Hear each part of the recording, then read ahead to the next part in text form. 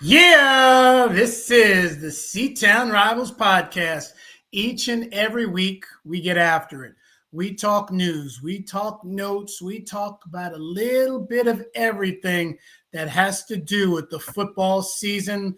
Years ago, it started with 6 teams. It's now 8. It could be 9 technically. Everybody in the valley, the East Valley, and our umbrella is playing well. And speaking of playing well, Adam Beadle is on assignment. So a guy who this may come out wrong, folks, I've played well with for 13 years, and that is Ralph Amsden, the founder of the C-Town Rivals podcast. And Ralph, what's cool is we're in the middle of October. We've had some bye weeks. From here on out, everybody is going to see action. The rankings are out. This is good stuff, my man. How are you? I'm doing good. I actually thought of you quite a bit this week due to some of the previous co-hosts and alumni of this podcast getting together to do something pretty special. Do you know what that is? I don't. It's not somebody's birthday? No. So who do we have in the NLCS right now, since you're a baseball guy? The Dodgers. So did you get with Fabian? I don't know. You got it with both. Dodgers no, I didn't. I haven't done anything with either one of them, but Dom Cotroneo, who got his start Dom with and the Brewers, Rivals, it does the post-game stuff with the Brewers. And of course, Fabian Ardaya, who got his start with C-Town Rivals, is the athletic reporter for the Dodgers. The Dodgers. So I've had a really good time following both of them right now. As we're in season 13 of the C-Town Rivals podcast, they're literally up in the big leagues right now, seeing who's going to get to cover a World Series. And it's hard. It's hard for me to forgive the Brewers for the whole Ryan Braun thing, but I'm sick to death of the Dodgers. So either way, I'll be fine. One of our guys is going to be covering a World Series. Would love for it to be Dom, just because Fabian got to cover a World Series win last year. So maybe give Fabian a little early vacation. I'll make sure to send this clip to both of them. That's good stuff. No, both guys are very genuine, and it's been a while since I've seen either one. Dom I would run into in spring training in years past, but my role with spring training has changed a little bit, so I'm not at as many games. And Fabian, I want to say maybe it's been a few years. Dodgers D-backs regular season game at Chase Field would probably have been the last time I saw him, maybe 2022. I think since then, I think he's gotten married, and I think Dom is engaged. I know we're sharing these guys' business on our podcast, but we've literally seen them grow up, which is awesome. Yeah, super cool. Very proud of both of them. Want the absolute best. Want the world for both those guys, and it feels cool to watch where they've gone with it. And we're still right here talking about the high schools that they went to. This is true. Who would have thought? Who'd have thought that maybe the Dodgers are favored over the Brewers in this series, but right now, Dom's Basha Bears got to be the favorite in the state of Arizona. They are indeed. They are the top seed, and we'll certainly dive into them a little bit later on. But yeah, it's good stuff. The one thing I want to ask: tell me about your farm, Ralph. Chickens and dog, because I mean, you figure when we first started this podcast, you had to put the dogs up. Yeah. So, and I mean, and you would know this as well as anybody. I didn't put a seed in the dirt until 2018. Wow. We started doing this in 2013. I wasn't farming or growing anything at all. And then it was before, so it wasn't even COVID. It was before COVID. We were living out in Maricopa. The schools weren't very great. The elementary schools out there weren't very great. So I'm homeschooling my kids, and we got to have a science project. So I dropped a little green bean seed in a styrofoam cup full of dirt, and it came up out of the dirt. And I was like, wow, that's pretty cool. And that sort of started my love affair with seed propagation, or as other people would call it, a midlife crisis. And so started growing things, and every single thing that I grew died, burnt up in the sun. And then we got into COVID and we're locked down, and Maricopa is a real transient town, so not a lot of people that are there for good. A lot of people come and go. So my kids don't really have friends on the block, which is what I grew up with. Okay. Was you go outside and you play with friends. And 2020 was like the hottest year ever, and we're stuck inside, and we don't have a pool, and they don't really have neighborhood friends. And I got real desperate to just find a place with some grass so I could give them back some of their childhood that they were missing out on. And my wife finds this place out in Mint Hill, North Carolina. And I was like, well, I'm pretty much working from Zoom anyway. I could technically do what I do from anywhere. And so made the move, bought an acre of land in Southeast Charlotte, and then just went to work. I got a 4,400 square foot garden. Wow. Okay. I didn't realize it was that big. Okay. It's enormous. And then my wife started following some like influencer accounts of the people having chickens. And so she built herself a chicken coop and a chicken run. And now we got 18 chickens and a rooster. I can hear the rooster crowing right now, actually, right outside my office window. And yeah, we get about a dozen eggs a day. And do you really get that many? Yeah, get about a dozen eggs a day, all different colors. Looks like a Kanye West fashion color palette of eggs. And there's a couple of food pantries right down the street. We're not eating a dozen eggs a day between the six of us. We're maybe having 2 to 3. So every week we get to donate a few dozen eggs to the local food pantries. And that's been pretty cool. And I'm learning all about growing food. And I started like a worm farm. So I make my own dirt. I grow my own vegetables. All this has happened in the last 5 years. It's been a pretty radical transformation. But I mean, I think there's probably a lot worse hobbies to have. Sure. Don't really gamble too much. Don't really do much other than stay home and hang out with my kids and try to get things to grow and watch high school football 2,000 miles away. That's my life. That worked. No, that's good stuff. Two quick things, and I'll share my pet scenario. I'll ask you about, I'm not an egg eater, so to speak, but is there a fresh difference in like farm eggs that you truly have, or going to Publix, or I forget the grocery store, that like, is there a noticeable difference? We got Publix. Okay, so the first time I had a fresh egg, I thought it was disgusting. Okay. It was that different. And now it's the other way, because that's all I eat is eggs that like organically raised chickens, free ranging, no more than 2 or 3 days after it's been laid. It's delicious. But the first time I had one, I was like, this does not taste like it came from fries. Okay. And none of them are white. Like I don't have a single bleached white egg. I guess maybe there's some chickens that lay those white eggs. The other thing is, do you put your eggs in the refrigerator? Yes. Okay. So here, I guess we don't. Interesting. So like when the egg comes out, it's got like a protective film. And if you wash the egg, you got to refrigerate it. But if you don't, it's good for like 3 weeks, and you can just set it out on the counter. So all our eggs are just sitting out in a basket on the counter. Interesting. It's super different, man. I'm also not like super big on eggs. Deviled eggs, very cool. Scrambled eggs or an omelet. Oh my God, I love an omelet. But just like a sunny side egg, like sunny side up egg, man, I'm a burp all day. I'm good. Okay. I'm good off that. Like that, I'm not a fan. But like I'll kill a dozen deviled eggs, and I will definitely like make a giant bowl of scrambled eggs with Mexican cheese, pour some salsa in it. Yeah, that's probably my all-time favorite thing for sure. Okay, no, that's good stuff. The reason I brought up pets, something I didn't mention in last week's episode. No, Ralph, I did not get it done. No, I was gonna say. No, but it does. Hell has frozen over. No, that's funny. So the Seton Catholic Valley Christian game I did, there's a part of that game I did with a dog in the broadcast booth. No way. Props to Paulo Hutchison. He actually had to come out. He's the studio engineer for Seton Catholic.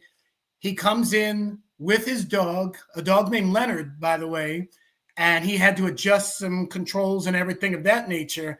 And when I saw him walk in, I'm like, oh my goodness, he has a dog with him. And fortunately, the dog never barked, so it didn't throw me off my rhythm at all.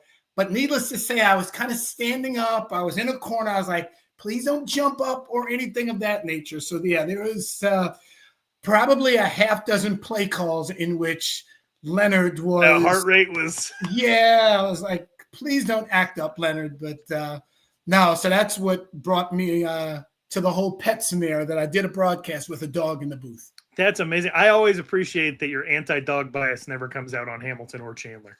This is true. The Wolves and the Huskies. Indeed. We're going to start off with the Seton Catholic Sentinels. And Ralph, the red and gold, they are ranked 11th at 3A.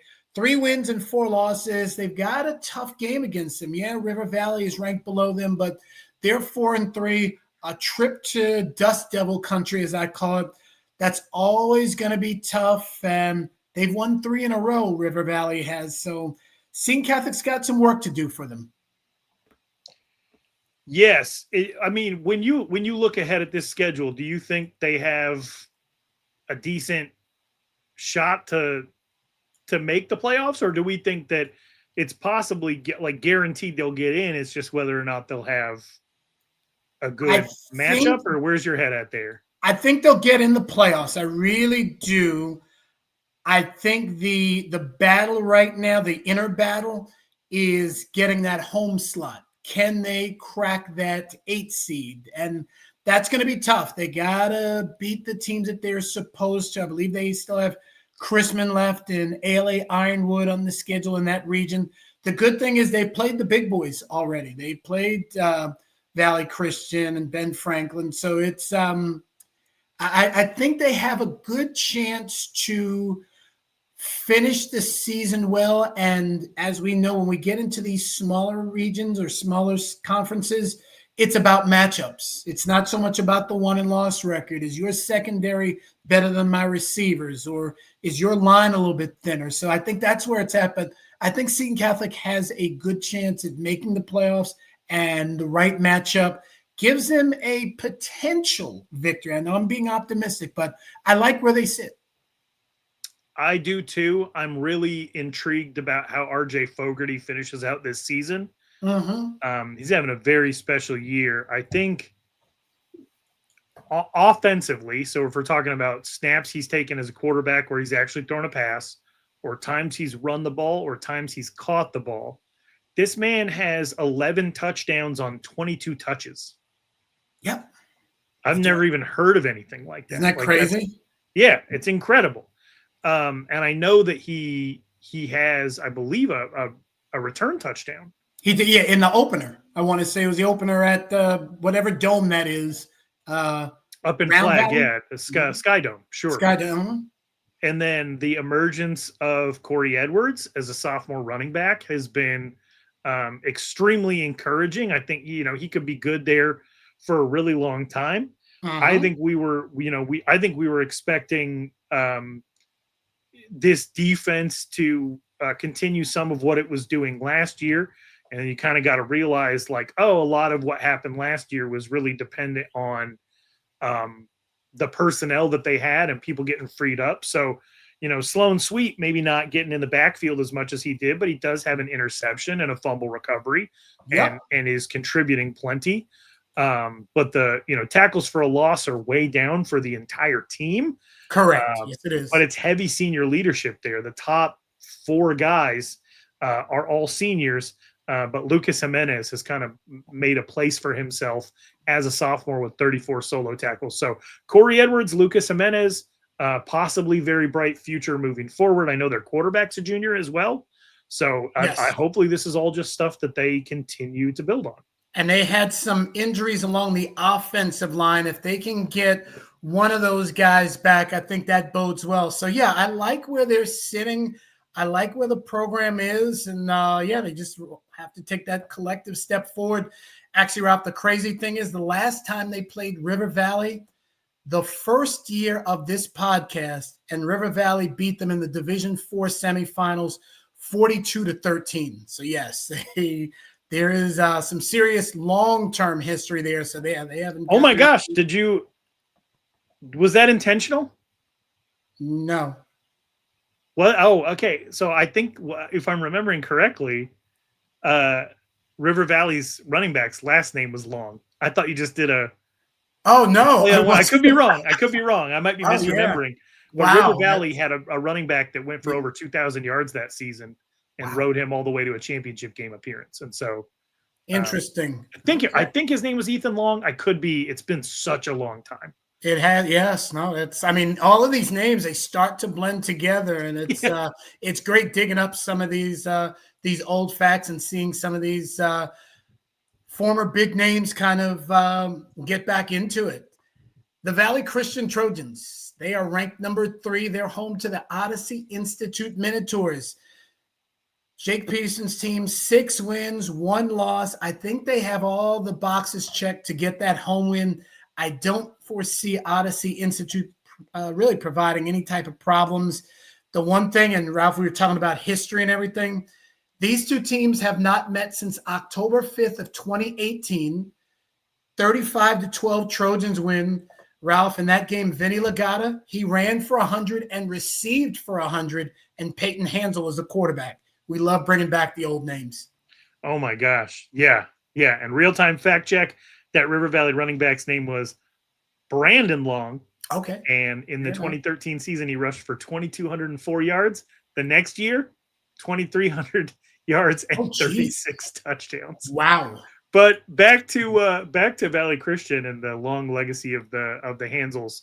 Mm-hmm. This is a team that I feel like kind of reminds me of Chandler High at the 3A level instead of 6A, where it has become clear they're not a tier 1 team. And there might only be one team in that tier anyway. It might only be Benjamin Franklin.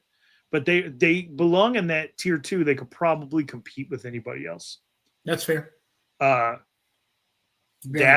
I don't know if that was the expectation coming into the season, compete for a playoff spot maybe, but this is a team that might get another shot at Benjamin Franklin and could potentially run it all the way to the championship game. I find the year that they're having very promising. It is. They're good, and something that Coach Peterson told me a few weeks ago, which I finally got to see for my own eyes, team speed. I mean, they are a fast bunch. You typically don't think of big-time football speed at the lower levels, but you could see that they were clearly a step ahead of Seton in that game, and that means they're a step ahead of many of the other teams. So that's been a big difference. And overall, we certainly like where VC is headed. And Vinny Legato, who had that big game, his dad, of course, now is the baseball coach of that school. And they've won back-to-back titles. So Valley Christian obviously really strong all the way around. And as we said, they are ranked 3rd currently in 3A. All right, Ralph, 7-0. That's ACP after a 52-14 whipping of Skyline. He's back. And when I say him, Evan Heinrich is him. And he did what I call the Ralph thing. 10 of 11, which means only 1 incomplete pass and 3 touchdown passes. That's awesome. I mean, they did it on the ground. Ja'Cory Horn with 125 yards and 2 TDs. Max Sasso. This team offensively is really, really good. They are good. And how weird is it that this stat that I do love and am obsessed with because of the general rarity of it happening, this is 3 weeks in a row. Yes, indeed. This is it's getting to the point where it's like, oh, ho-hum, how boring. It happened again, and it happened against a 5A opponent this time. Pretty incredible. It was cool to see Evan Heinrich come back in a game where it wasn't going to be all on him. Correct. And so, they went out and Max Sasso and Ja'Cory Horn combined for well over 200 yards rushing, I think 220 something and 3 touchdowns. Mm-hmm. Gunnar Schmidt didn't complete a pass in this game, but he did get into the end zone. And I don't know what you know about Keith Poole, but it was really, really cool to see his son Kyle Poole score 2 touchdowns. Isn't he a trainer? Yes, he is. Yeah. Former New Orleans Saint, former Arizona State Sun Devil, member of the 1996 Rose Bowl team. And his son Kyle is out there at Arizona College Prep as a receiver, had 3 catches for 59 yards and 2 touchdowns in this game. On the season, he is a senior. He's actually got 10 catches, 129 yards, and 4 touchdowns. So he doesn't necessarily have his dad's height and size, but he's out there doing some pretty cool things, and it makes me feel very old, and at the same time, it's really exciting because just as I'm going out and watching my kids play on a Friday night, and I know how special that is. So, shout out to Kyle Poole, very, very cool, and also want to give some credit to this defense, getting 2 takeaways and getting into the backfield 10 times, 12 times, I guess. They had 12. And I think that's where they've been underrated. Yeah, they've been because it's not 1 or 2 guys doing it. Correct. It's and what they're doing and how they're doing it with the various games. Mountain Point, they were just as physical as anybody else. The Desert Mountain game, they kind of won the chess match, so to speak. So they've won the close ones. They've more or less blown out everybody else who they've been supposed to beat and beat handily. And they've got 3 games left, which the way they're playing, there's no reason, and I don't want to put any extra pressure, but this one is a big one at ALA Gilbert North. Then they're home to Notre Dame Prep and home to Campo Verde. 3 different types of games, but they're all winnable. I mean, the Campo Verde game, I'm going to say a big neighborhood game. The proximity to both schools is basically less than 10 minutes. I mean, same could be said about ALA Gilbert North, and we know that ALA Gilbert North is really strong. This is a good Eagles team. And then you look at Notre Dame Prep, and that's in the George Prelock's crews are always well prepared. So yeah, I'll say this: when they get to the playoffs, they'll be very, very well prepared. They will have played all different types of teams, primarily East Side teams. They haven't really dug into the Cactus Shadows or Desert Edge, but you win your East Side games, and you are going to be well prepared for late November into December. This is true, and I got a text message today reminding me of something, and I think you'll remember this. I'll jog your memory with it a little bit. The year is 2022. Arizona College Prep opens the season against Valley Christian. Tight game, 14-12, Valley Christian wins. But it's Valley Christian, I think we thought they were going to be pretty good that year. And it's like, let's check out what ACP has to offer. We're paying a little more attention to them. Mm-hmm. And then ACP goes and plays Gilbert High School. Oh, and beat them. And they beat them. Then they go and play Walden Grove, who was a good team. And they beat them. And then they play the Mesa Jackrabbits, beat them too. And then they shut out Moon Valley. All of a sudden, you have a 4-1 Arizona College Prep team going into a road game at ALA Gilbert North. And what happened in that game changed the entire trajectory of this program. 47-7 loss, followed by loss to Arcadia, loss to Combs, loss to Marcos Deniza, backdooring your way into the playoffs at 5-5, where they played ALA Gilbert North a second time and got beat 48-10. So wow, did they lose to them twice that year? They did. Wow. By a total score of 105-17. Woof. That's the last time these two teams have played, which is the text message that I received. The text message reminder from a listener that I received is that's the taste that's been in their mouth for 3 years. Wow. This is a big game. This is a really big game because there's still some people hanging around that were involved or near the program at that time. And there's a lot of people that aren't anymore. Correct.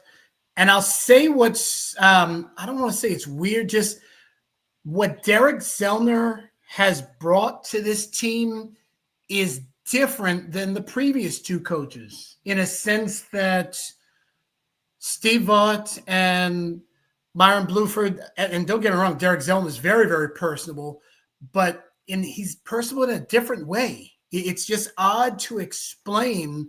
And personally, I never dreamed they would be 7-0. I'll be the first person to say I never thought that was possible, especially moving up to 5A. But his know-how, his managerial skills of his assistants and how that transcends to the players, and also, which is very, very big because we've been saying it for a couple of years, there hasn't been that whole parental involvement and all that craziness. And that's big. This is an amazing turnaround. And it's weird to say a turnaround because they made the championship game last year, so it's not like they were down. But I truly did not expect this type of success for Purple Rain, Night Nation, whatever we want to call them. And it's just the one thing I always remember from the Derek Zellner teams when he was coaching at Gilbert is that you're physical, especially the safeties, linebackers. You can cover and tackle. Wyatt Ells has 3 forced fumbles at this point. They have 3 different guys over 9 tackles for a loss. Wyatt Schoonover, Cam Mitchell, and Isaac Spenlove.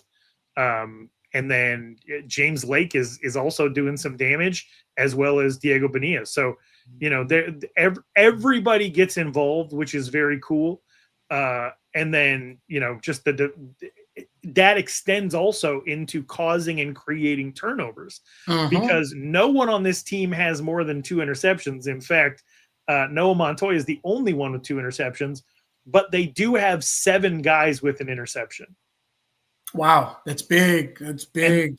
And 6 with a fumble recovery.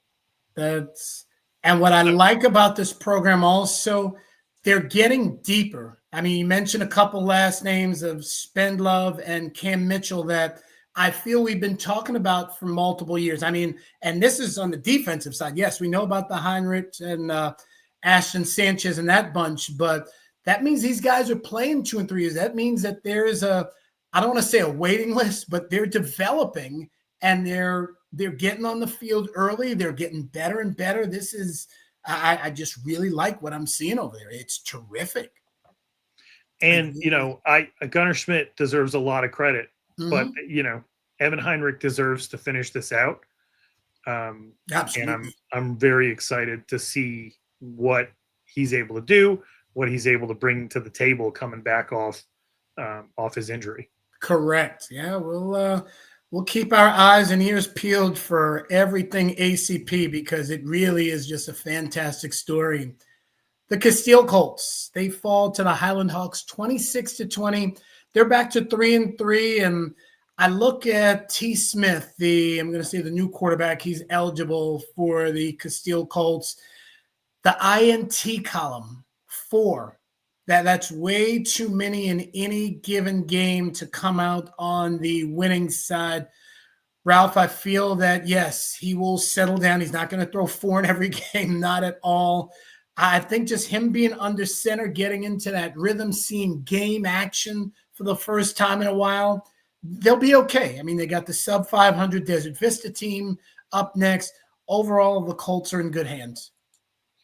Yes, they are. And the encouraging thing about this game was they were dominated for the most of the third and early fourth quarter, but they did find a way to get back into it.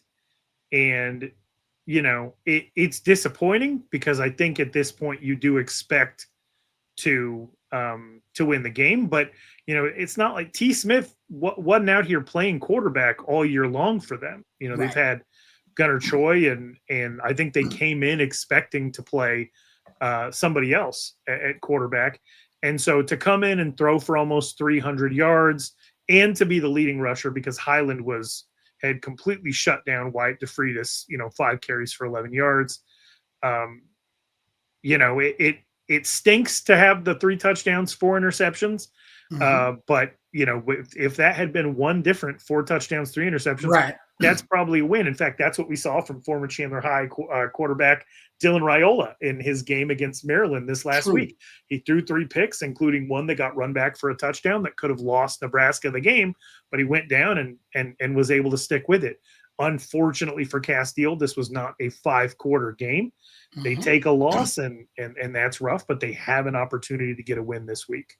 They definitely do. I do think that they will be able to go over to Ahwatukee and defeat the Thunder. So, indeed, the Colts, they are currently ranked number 15, and we do feel that they are playoff bound. The Perry Pumas, they are now 3-3 on the season as well. They fell to the Chandler Wolves 39-17. This game was about Chase Ochoa, 20 carries, 160 yards.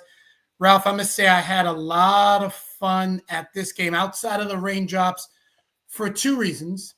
We know who the running backs coach is, and that's TJ Green.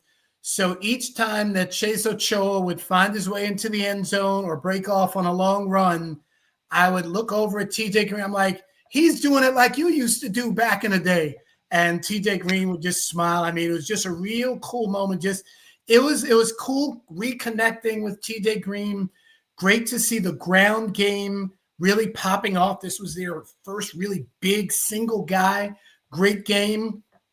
And then the other reason I had a good time just talking football with the Syracuse quarterbacks coach, Nunzio Campanelli. He was in town to watch the Chandler quarterback, presumably, and that would be Will Menzel. And anytime you get a coach's ear at the higher level and you just kind of understand what they're looking for, and they kind of like us. When I say us, guys like you and me, and other of our AZ Media people, we're not fans, we're not coaches, we're not family, but we have a darn good pulse on not only the game, but the landscape of football. So him picking my brain a little bit about what I saw, and of course, me having questions about where the Alma Mater's program is headed and what he's looking for.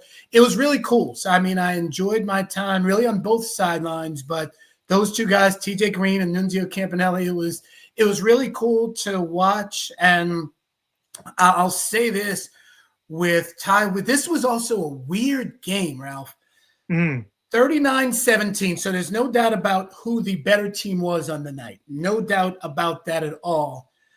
But, and I might be wrong by 1 or 2, Chandler had 7 15-yard penalties.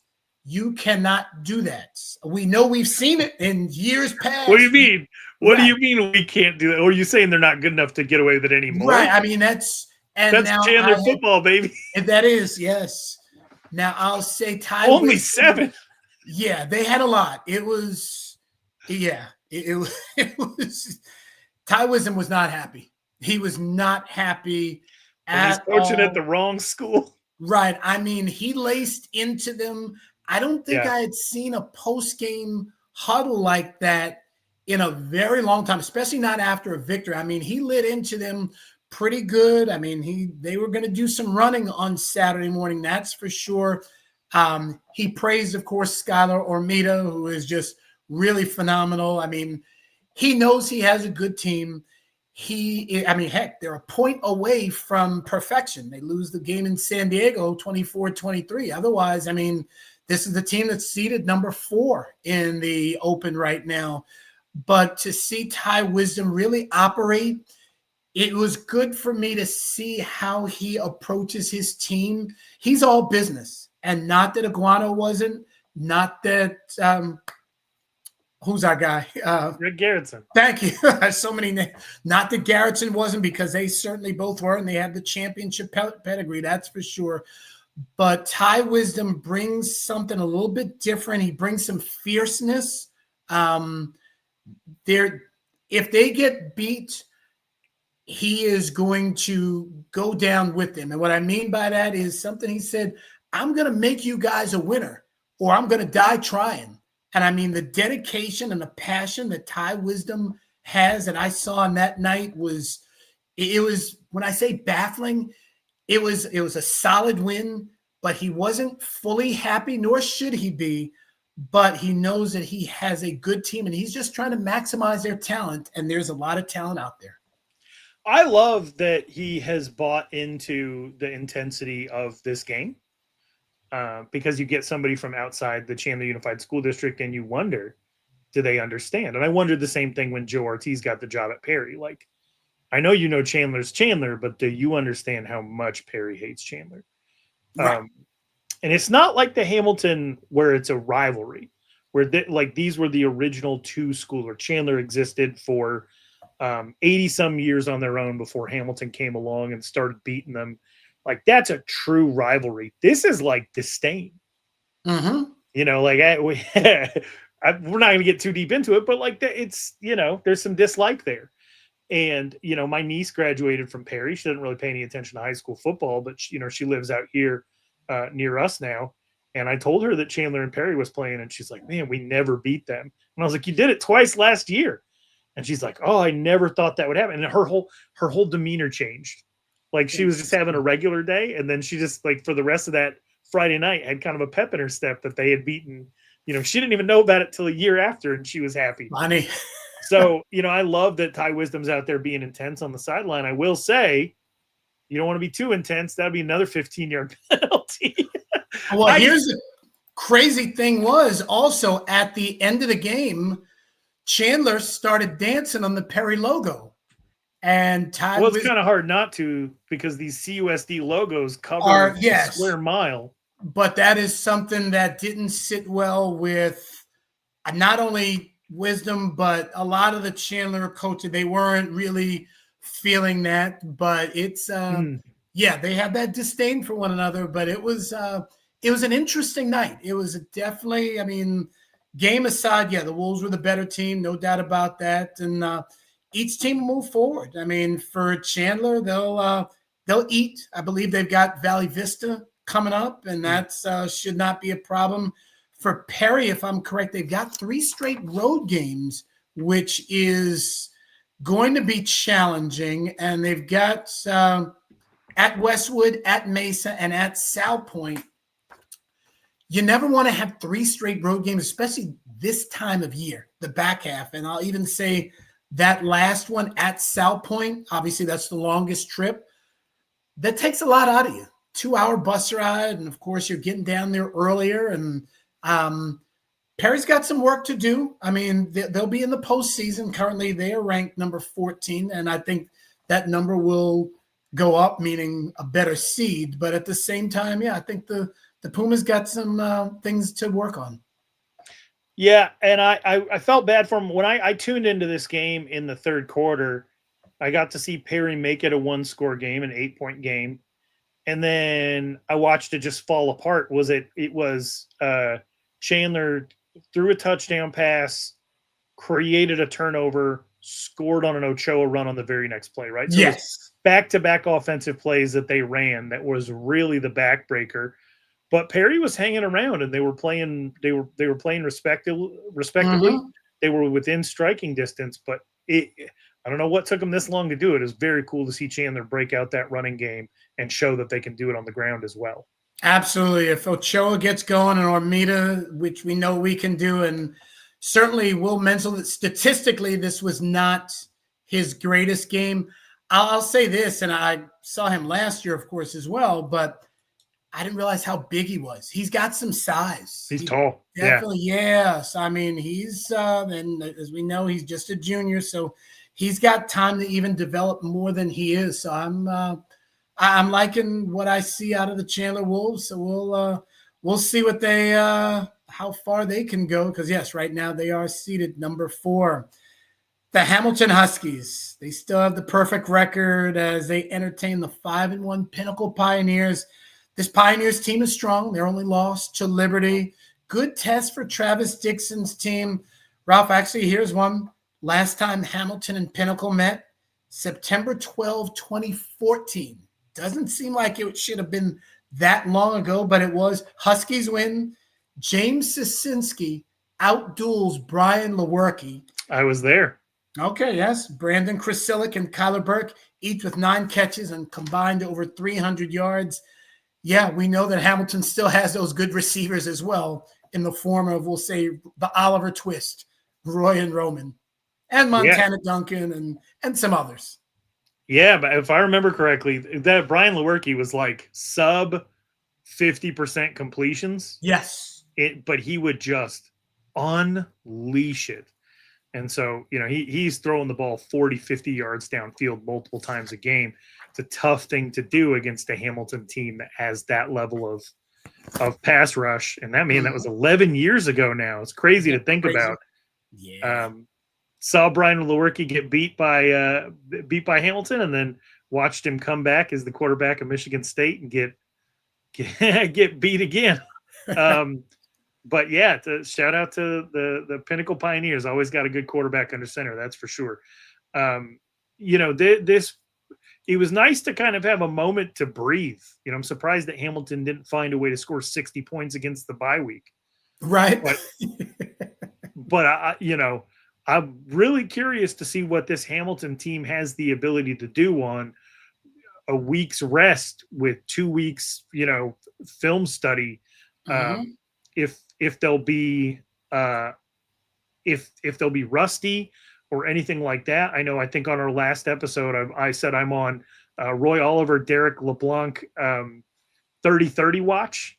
Right. And that's the quest for that starts this week as Derek LeBlanc with 19 tackles for a loss, Roy Oliver with 19 touchdown receptions. Yeah, we'll see if they can get there. Certainly, I think they could get there with a playoff run, but it'll be really interesting to see how close they get to that total in the regular season. And I'm not guaranteeing that this is going to be a win or anything like that. I'm just looking at a Hamilton team where Jack Scully has 30 touchdown passes on the season with 4 regular season games left to play.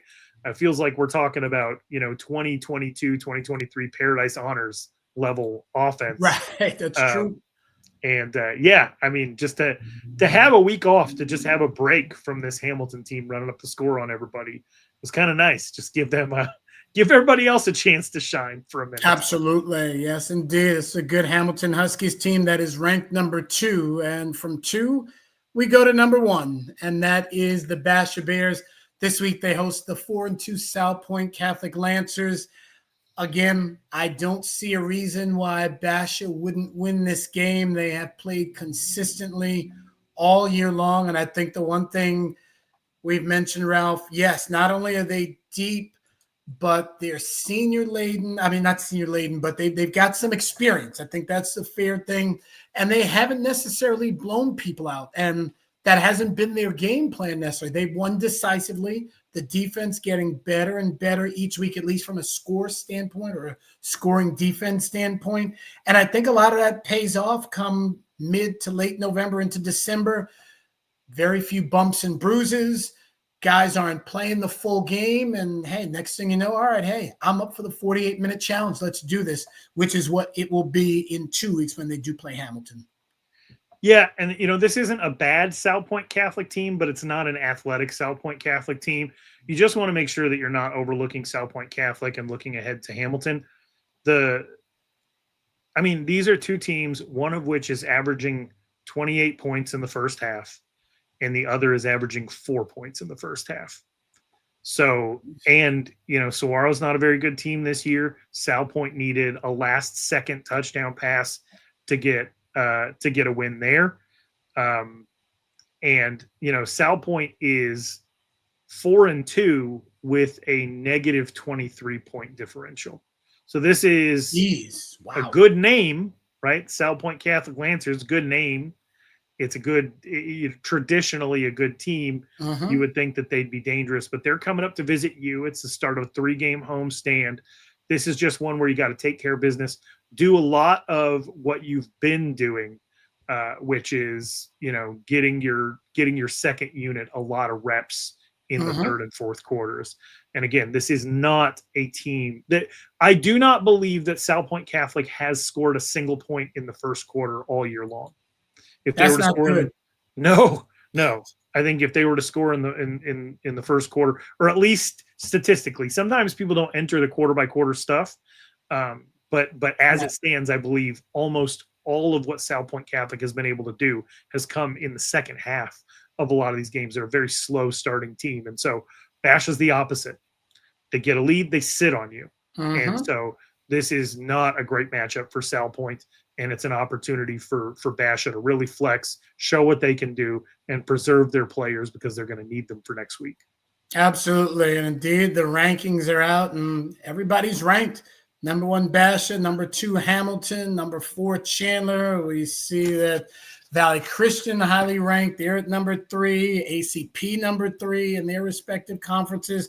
And then, yeah, Casteel and Perry at 14 and 15. So it's good stuff. And another team that's ranked that, again, under the radar, 2A Chandler Prep. 3 straight shutouts. Sophomore Marshall and Bret, 175 yards of ground and 5 touchdowns in their last contest. That's big. Cody Dodson also delivered 3 touchdown passes. Yeah, the Titans are crushing people. They're seeded number 9 in the 2A playoffs, so hopefully they can find a way into the home game. And Ralph, something that's interesting, and I guess this is its first year, 9-game regular season for 2A, and then that 10th game is a crossover game with another region. So the one thing that I can tell you is Chandler Prep will be on the road for week 10 with an opponent to be determined. And I think if you win your crossover game, you're in, and then there are 19 other slots, something of that nature. But the matchups are they're going to be pretty good. It's an interesting layout for 2A. As we get closer to it, you are going to need to explain it to me again. I am a simple man. Absolutely. No, that's good stuff. And our simplicity will continue next week here on Zoom, but in 2 weeks, it will continue over at the Podworks Studios. We're looking forward to getting back in there and just really opening things up and bringing what we love to do, and that is talk a lot of Chandler area football. Ralph, as always, it was a blast. We'll have Adam Beadle with us back next week. My name's Bret Quintyne. We'll see you guys next week. This is the Seton Rivals Podcast.